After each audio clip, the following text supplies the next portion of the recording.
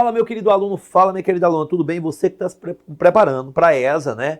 Agora vai iniciar um curso de exercícios. A gente vai ter vários blocos com resolução de pelo menos 8 exercícios por bloco. Então, vamos lá para o nosso primeiro bloco, né? Leia o enunciado abaixo. No contexto das grandes navegações, Newton, só pode vir assim, grandes navegações, não. Pode vir também expansão marítimo-comercial. Então, grandes navegações ou expansão marítimo-comercial. Ou expansionismo dos países ibéricos. Lembrando da Península Ibérica, obviamente fazendo referência a Portugal e Espanha. Então, grandes navegações, expansionismo marítimo-comercial ou expansionismo dos países ibéricos, né? Iniciou-se um processo de deslocamento. Isso aqui é muito cobrado em várias provas. Deslocamento do eixo comercial. Então, sai de um centro de extremo comércio para outro centro de extremo comércio. Newton, antigamente, aonde eles faziam comércio prioritariamente e aonde passam a fazer depois disso aqui, que está ligado ali ao final do século XV e início do século XVI, tá ok? Eixo econômico, comercial e econômico europeu. Aí a primeira lacuna, nossa primeira interrogação. Para aí, nossa segunda interrogação. Em função da, aí, nossa terceira interrogação do comércio. Desenvolveram-se concepções econômicas na Europa no século XVI, que ficaram conhecidas como, ok? Então vamos lá, apagando tudo que eu coloquei. Primeira coisa que você tem que saber é de onde vem esse deslocamento, e para onde vai esse deslocamento. E eu já digo para você, antes eu tinha o mar Mediterrâneo. O mar Mediterrâneo como principal centro comercial e econômico aí dos países europeus. E o deslocamento, ele vai se dar para o Mar Tenebroso. Newton, eu não sei o que é o Mar Tenebroso. É o oceano que nós chamamos de Oceano Atlântico. Oceano Atlântico. Então, Newton, bem aqui seria Mediterrâneo, bem aqui seria Atlântico. Em função, aí eu lhe pergunto, de uma retração ou de uma expansão? Em função de uma expansão. Newton, mas por que você disse que ou era retração ou era expansão? Porque as opções que eu tenho, ó, retração, certo? E expansão. Do comércio. Desenvolveram-se concepções econômicas na Europa do século XVI que ficaram conhecidas, aí eu tenho industrialismo e mercantilismo. No contexto das grandes navegações, é o mercantilismo. E eu já aproveito, coloco o mercantilismo bem aqui, certo? E te dou aqui algumas características desse mercantilismo, certo, Newton? Quais são as características? Se baseia no que tange a definição de riqueza, no metalismo, vai em busca de uma balança comercial favorável, ou seja, em busca de uma balança comercial superavitária, certo? Algumas outras coisas que você precisa conhecer, como no caso o intervencionismo estatal. Outra coisa que você precisa conhecer, o protecionismo. Essa intervenção tem caráter protecionista. E uma coisa que liga a história europeia com a história do Brasil, que é a questão do colonialismo.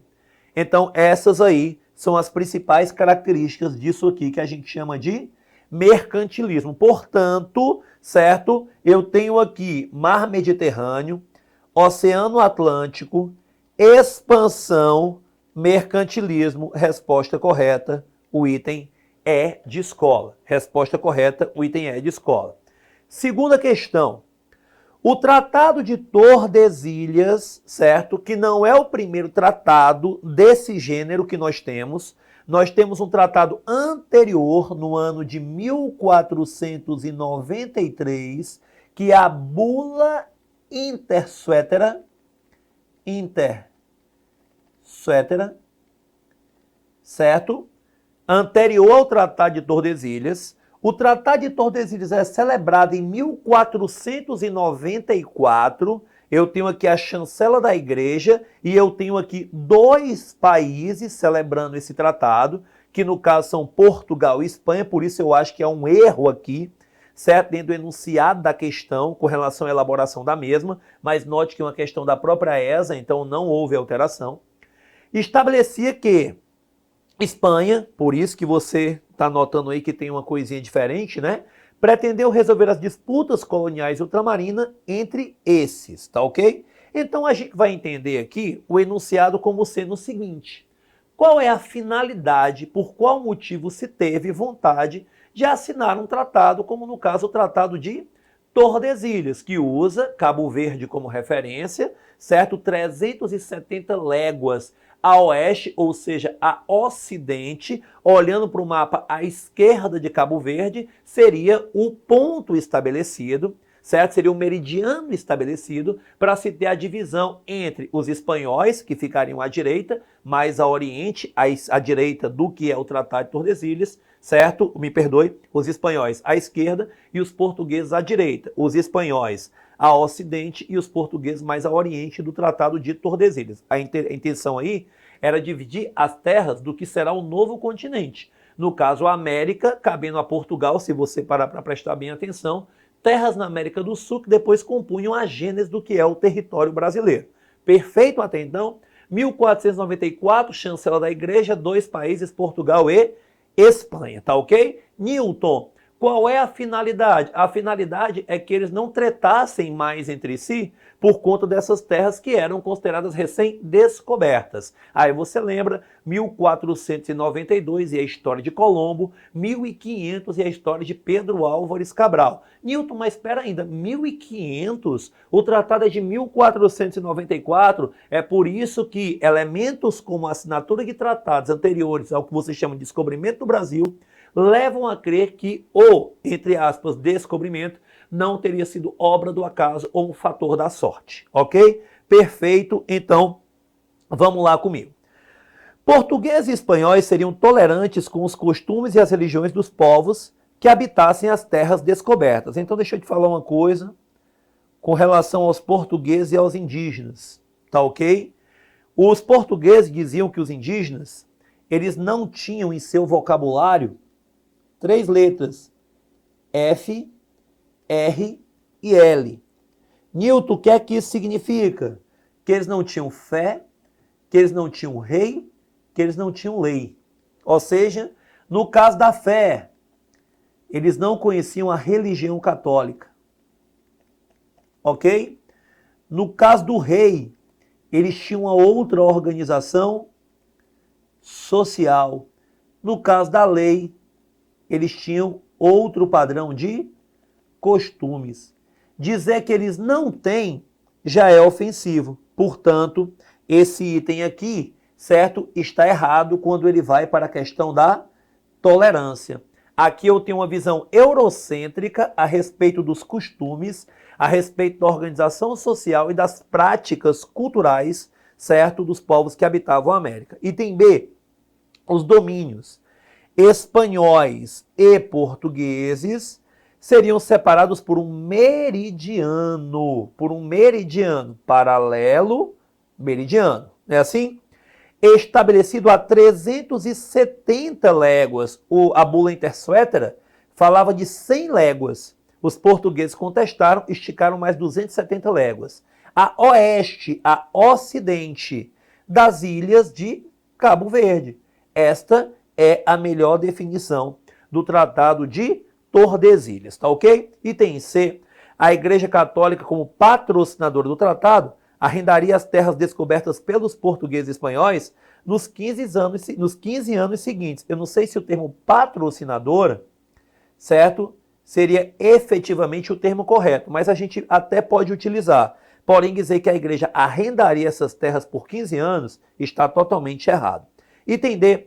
Portugal e Espanha administrariam juntos as terras descobertas. Já está errado, né, pessoal?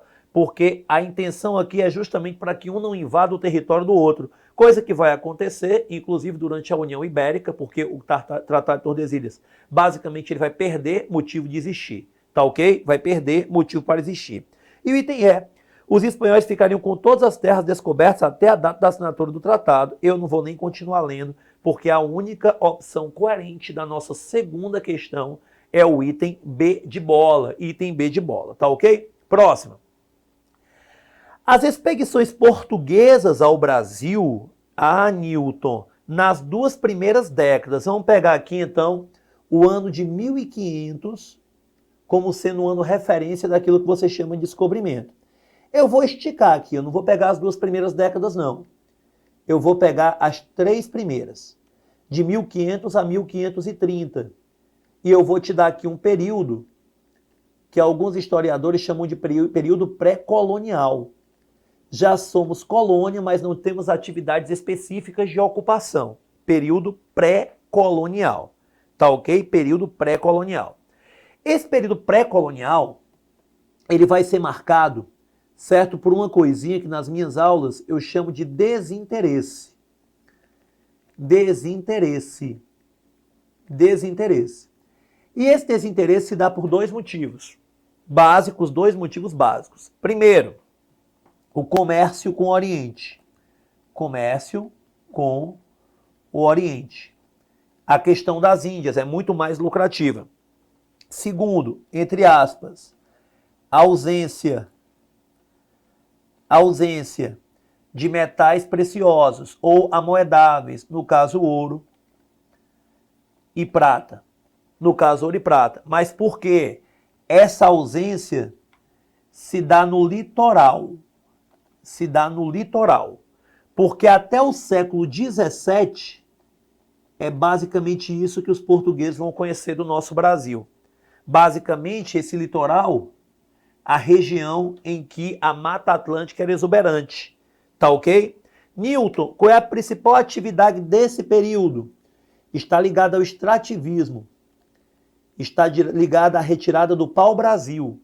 Através de que prática? A prática do escambo e a fixação do monopólio, o estanco. O estanco, tá ok? A prática do escambo. Newton, me dê mais referências sobre esse período. Vou te dar. Eu vou te ter aqui expedições. Expedições. Certo? Expedições. Como Gaspar de Lemos, Cristóvão Jacques, Fernão de Noronha. Essas expedições, elas têm três finalidades. Três finalidades. A primeira finalidade, o reconhecimento das terras. Reconhecimento das terras, inclusive batizando, certo, vários pontos que hoje você inclusive conhece como pontos turísticos, o reconhecimento. Segundo ponto, a exploração dessa própria terra. Contato com os indígenas, né, criação das feitorias para poder levar as toras de pau-brasil para a Europa, para a fabricação de tinta, para que possa atingir tecidos, né? E eu tenho também a questão da guarda. A questão do que, Newton? Pelo amor de Deus, a questão das expedições guarda-costas, ou seja, a questão da proteção nas expedições guarda-costas, tá ok? Então, essas aqui são as finalidades das primeiras expedições. Perfeito até então? Então, vamos começar aqui do item E, para ficar mais bonito.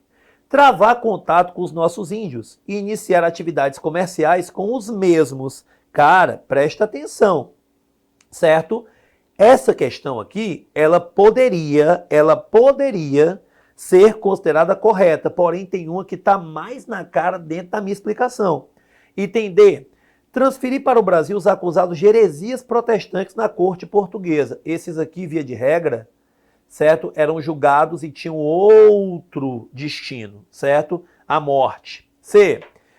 Estimular a catequese dos índios a pedido da Companhia de Jesus. Tudo bem, ok, você vai ter isso, mas é no momento posterior, dentro de um cenário mais ligado, inclusive, à reforma católica ou contra-reforma.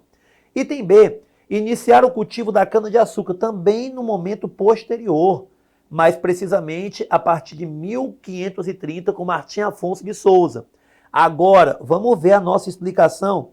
Vamos ver se está dentro do que a gente falou. Reconhecimento das terras descobertas e salvaguardar. Newton, que é isso? Proteger. Partindo desse pressuposto, certo? Quando eu falo de reconhecer, quando eu falo de proteger, a resposta correta se torna o item A de avião. Tá ok, pessoal? Newton, precisa de tudo isso para responder uma questão? Não. Mas a intenção é que eu dê o máximo de conhecimento dentro do tema, para que, obviamente, a questão que não se repetindo, porém repetindo o seu tema, você possa responder tudo que pode ser questionado a respeito dele. Ok? Vamos lá. Próxima questão. Com a chegada do PP, Newton, quem é o PP? O Pedro Álvares Cabral, meu querido amigo PP. Pedro Álvares Cabral. Em 1500 teve o início um processo de invasão de terras indígenas e de implantação do sistema colonial. Os portugueses que vieram para o Brasil, tinham como objetivo, certo? Tinham como objetivo, claro, a exploração econômica do nosso território e de seu povo. Constituíam a economia, aí isso é importante, ó, a economia colonial, ou seja, o que vai para nós de 1500 até 1822, certo? O que vai do nosso querido 22 de abril até o nosso 7 de setembro. Ok, pessoal? Tranquilo? Então vem comigo. Se você pegar o item A, cana-de-açúcar, algodão, opa, café, aí eu já estou ligando mais fortemente ao segundo reinado. Foge a economia colonial. Item B, pau-brasil, cana-de-açúcar, quem apareceu de novo? O café. Item C, pau-brasil, ok, muito no período pré-colonial de 500 a 530. Cana-de-açúcar, principalmente a partir de 1530, e o declínio da produção se dá com a expulsão dos holandeses no Brasil em 1654, e a mineração do final do 17 e atingindo seu auge no século 18. Portanto, resposta da questão, o item C de casa, tá ok? Newton, vamos ver o que é que eu tenho nos outros itens. Olha quem é que apareceu, café, certo? Olha quem apareceu, café, borracha. Aí aqui na borracha eu também tenho na transição do segundo reinado para a república oligárquica. E no último item, o item E, produção de tecidos industrializados. Então, simplificando aqui, né, não vou apagar com isso aqui mesmo, simplificando aqui a sua vida, certo? Fazendo cortes, usando a cor vermelha, o que é que a gente tem aqui? O que é que foi tido como errado? Café, café, café e borracha e produção de tecidos, restando aí somente o item C de casa. Item C de casa. Portanto, pessoal, você está vendo que não precisa de tudo isso, mas tendo, você resolve assim com uma segurança do tamanho do mundo. E no dia da prova, essa segurança vai ser importantíssima para você. Quanto mais seguro você se sente, parece que até o que era dúbio, confuso, se torna claro. Ok? Então vamos lá. Próxima questão. Certo? Nossa quinta questão, né? Do ponto de vista econômico, o sistema de capitanias. Aí aqui eu já tenho o rei Dom João III, a partir do ano de 1534, certo? Aquele desinteresse do período pré-colonial vira interesse. E, Newton, por que esse interesse? Primeiro, declínio do comércio com o Oriente.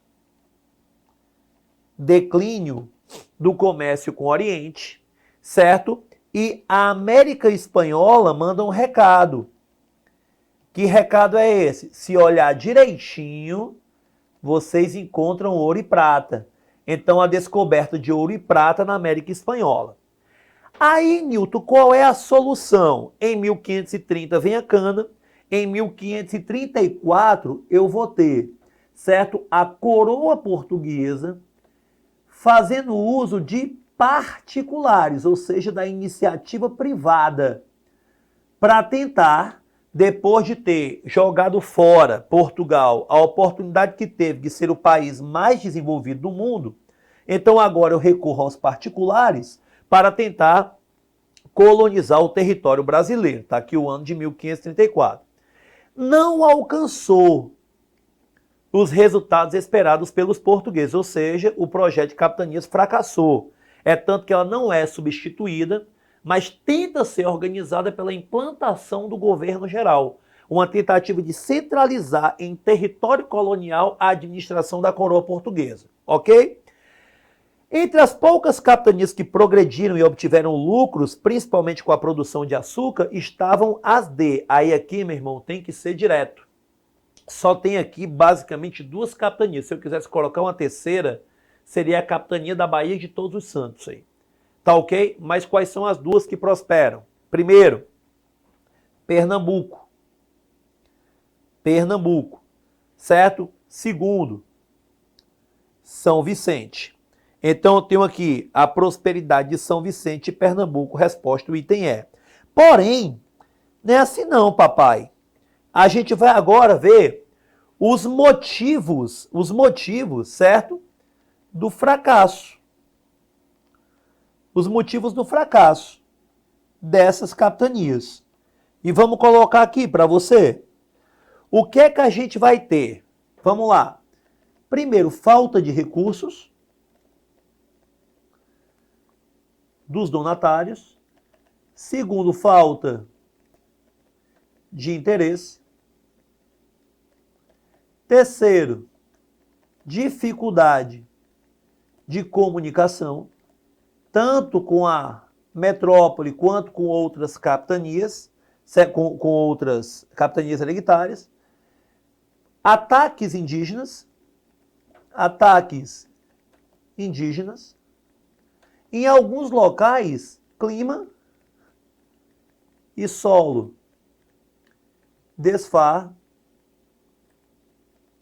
desfavoráveis, certo? Então aqui são alguns dos motivos. Outra coisa que você precisa conhecer, certo?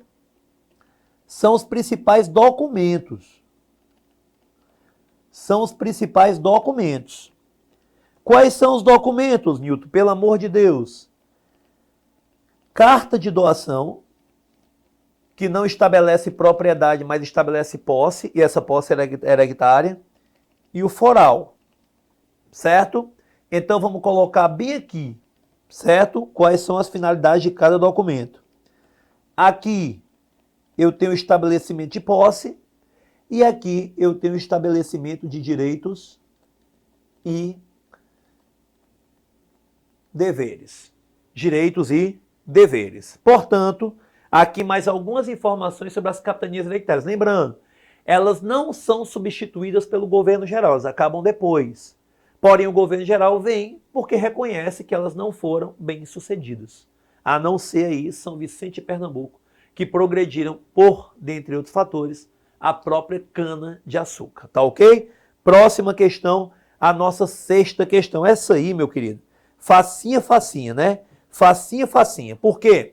O sistema de plantation. Aí, meu querido, se você é meu aluno, basta lembrar que o quê? Plantation é um modelo agrícola, econômico agrícola, em que você precisa conhecer o mel.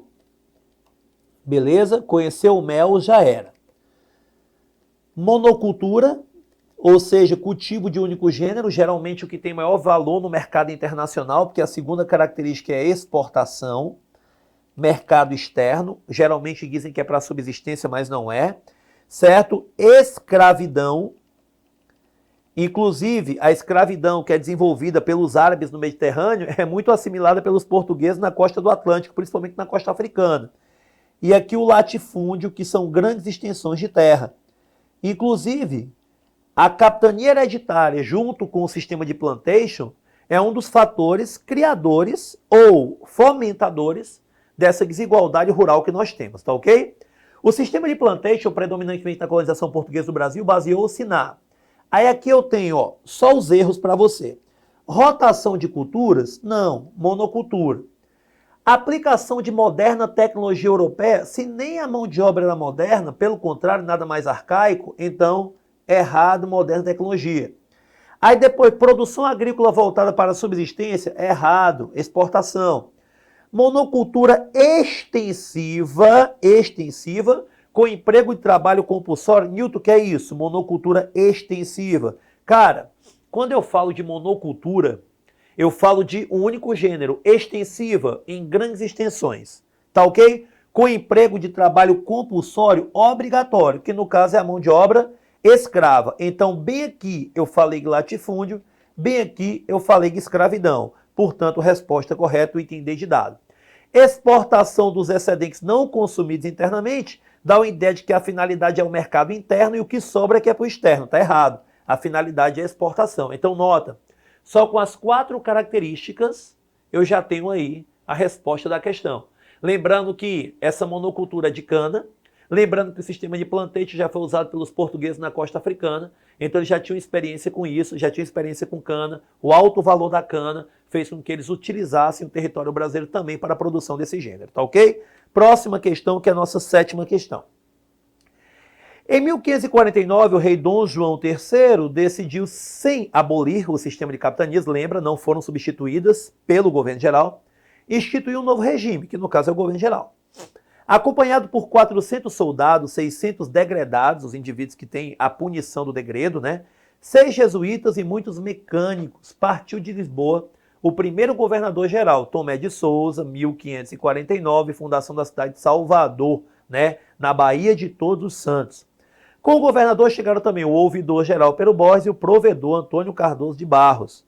Então aqui, Newton, eu tenho o ouvidor-mor, certo? Eu tenho o provedor-mor e eu tenho o capitão-mor.